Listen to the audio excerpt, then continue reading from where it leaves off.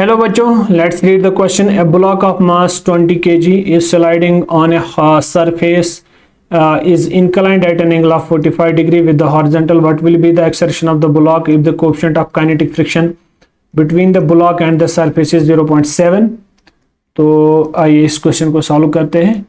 तो इसका की कॉन्सेप्ट जो है वो क्या बनेगा, जहाँ तक की कॉन्सेप्ट का ताल्लुक है, इसका की concept that is simply is equal to friction. तो अगर इसका की कॉन्सेप्ट फ्रिक्शन बन रहा है तो इसका सॉल्यूशन अब क्या आ जाएगा, चलिए सॉल्व करते हैं। ये मेरे पास एक इंक्लाइंड प्लेन है और ये इंक्लाइंड प्लेन जो है खड़ा है at an angle of 45 degree. तो क्वेश्चन में बोल रहा है कि मेरे पास एक ब्लॉक है जिसका मास कितना है, 20 kg है। तो अगर इसका मास 20 kg है, इसका मतलब इसका वेट जो है नीचे की ओर लगेगा, that will be equal to 20g। इस वेट का एक कंपोनेंट यहाँ की ओर आएगा, that will B how much, तो ये एंगल 45 डिग्री होगा। This will be 20g cos of 45 degree. तो इसी का एक और कंपोनेंट यहाँ की ओर होगा, that will be 20g sine 45 degree. तो इसी ब्लॉक पे जो है नॉर्मल की डायरेक्शन जो होगी that will be in the upward direction. Normal कुछ इस तरह होगा और फ्रिक्शनल फोर्स जो है वो पीछे की ओर लगेगा। क्योंकि ये एरो थोड़ा बनाने में थोड़ा ऊपर की ओर चला गया है, लेकिन इसमें कोई दिक्कत नहीं है, इसको हम क्लियरली बना भी सकते हैं, वो कोई इश्यू नहीं है। तो यहाँ पे जो फाइनली हमारा जो है सोल्यूशन कहाँ की ओर बढ़ता है, तो चूंकि अगर ब्लॉक नीचे जा रहा है इसका मतलब स्लाइड नीचे की ओर कर रहा है, तो स्लाइड जब नीचे कर रहा है इसका मतलब नेट फोर्स डाउनवर्ड की ओर है।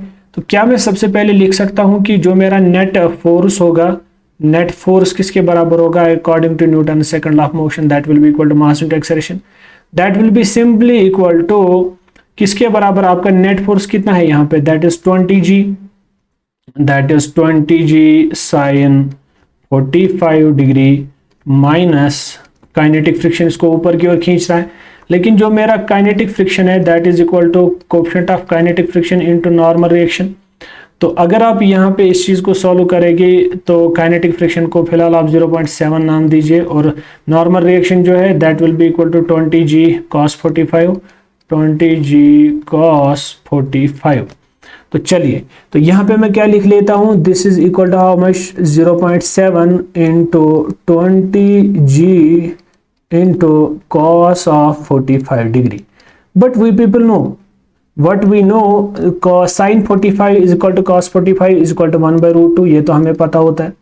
तो क्या मैं सबसे पहले इस मास का वैल्यू लिख सकता हूँ, that is 20 into acceleration, this is 20 into sin 45 का वैल्यू और cos 45 का वैल्यू सेम होता है, दैट इज 1 by root 2। उसको मैं कॉमन निकालता हूँ यहाँ पे, तो इसका मतलब अंदर क्या बचेगा, g इसके अंदर भी है, g इसके अंदर भी है, उसको भी मैं कॉमन निकालता हूँ, इसका मतलब यहाँ पे 1 बचेगा और यहाँ पे 0.7 बचेगा। ओके, अगर ये मामला है कुछ, इसका मतलब ये हुआ कि 20 और 10 कैंसिल हो जाएगा आपस में। Acceleration down on the inclined plane will be equal to, g का वैल्यू मैं 9.8 डालता हूँ, √2 1.41 के बराबर डाल दूंगा, 1 माइनस 0.7 दैट इज 0.3। तो इसका मतलब जब मैं इस पूरे को जो है सॉल्व करता हूं तो इसका फाइनल आंसर जो है निकल के आ रहा है, that is equal to approximately 2.08 metre per second square.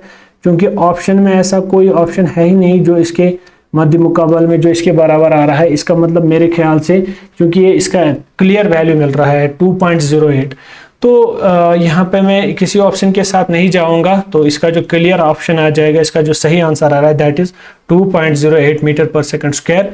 Hope you got the answer of this question. Thank you.